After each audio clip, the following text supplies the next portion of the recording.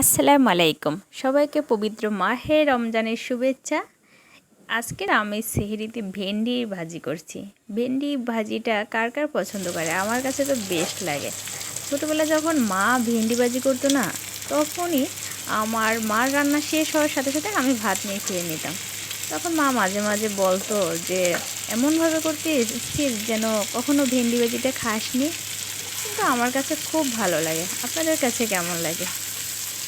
আমার কাছে ভেন্ডি ভাজিটার সাথে একটু আলু, একটু চিংড়ি মাছ দিয়ে একটু ঝরঝরা করে ভাজি করলে এটা খুব ভালো লাগে। মাঝে মাঝে খাই, চাকা চাকা করে মাছের পাশে কেটে দিয়েও রান্না করে খাই, ওটা ভালো লাগে, মোটামুটি ভালো লাগে, কিন্তু ভাজিটার মতো এত বেস্ট লাগে না। আর রমজানে কিন্তু অন্য তরকারি, ভাত, ঝোল ঝোল এগুলো আমার কাছে খেতে ভালো লাগে না। জানি না কার কাছে কীরকম লাগে। আমার কাছে ভাজা ভাজা টাইপের তরকারিটা খুব ভালো লাগে।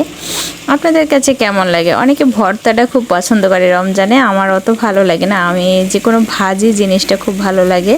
আর যেহেতু চিংড়ি মাছ আছে ভাজিটার সাথে, চিংড়ি মাছ হলে তো আর কোনো কথাই নেই। আমার কাছে তো চিংড়ি মাছটা একদম পছন্দের একটা মাছ। চিংড়ি মাছটা যে কোনো তরকারিতে দিলে স্বাদটা দ্বিগুণ হয়ে যায়। এখন রাত্র প্রায় 3টা বাজে। জানি না সবাই ঘুমাচ্ছে আর আমি রান্না করছি আর আপনাদের সাথে গল্প করতেছি। যাই হোক, আপনাদের সাথে আড্ডা দিয়েই তো রাতটা পার করতেছি, একা একা রান্না করতেছি, তাই আপনাদের সাথে একটু ভিডিও টুকটাক করতেছি আর গল্প করতেছি। কে কে আমার মতো এরকম সেহরিতে রান্না করো অবশ্যই কমেন্ট বক্সে জানাবে। আর কে কোথা থেকে ভিডিওটা দেখতেছো সবাই কমেন্ট করে জানাবা। আর সবাই আমাকে এত সুন্দর করে সাপোর্ট করো, কমেন্ট করো, সুন্দর সুন্দর মিষ্টি মিষ্টি কমেন্ট করো, সবাইকে অসংখ্য ধন্যবাদ। সবাই ভালো থাকবা, সবাই সুস্থ থাকবা, আমার জন্য দোয়া করবা।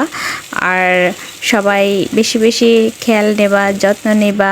যাই হোক, আমার গল্প করতে করতে ভেন্ডি ভাজি রেডি হয়ে গেছে। সবাই এখন ভালো থাকো, সুস্থ থাকো। আসসালামু আলাইকুম।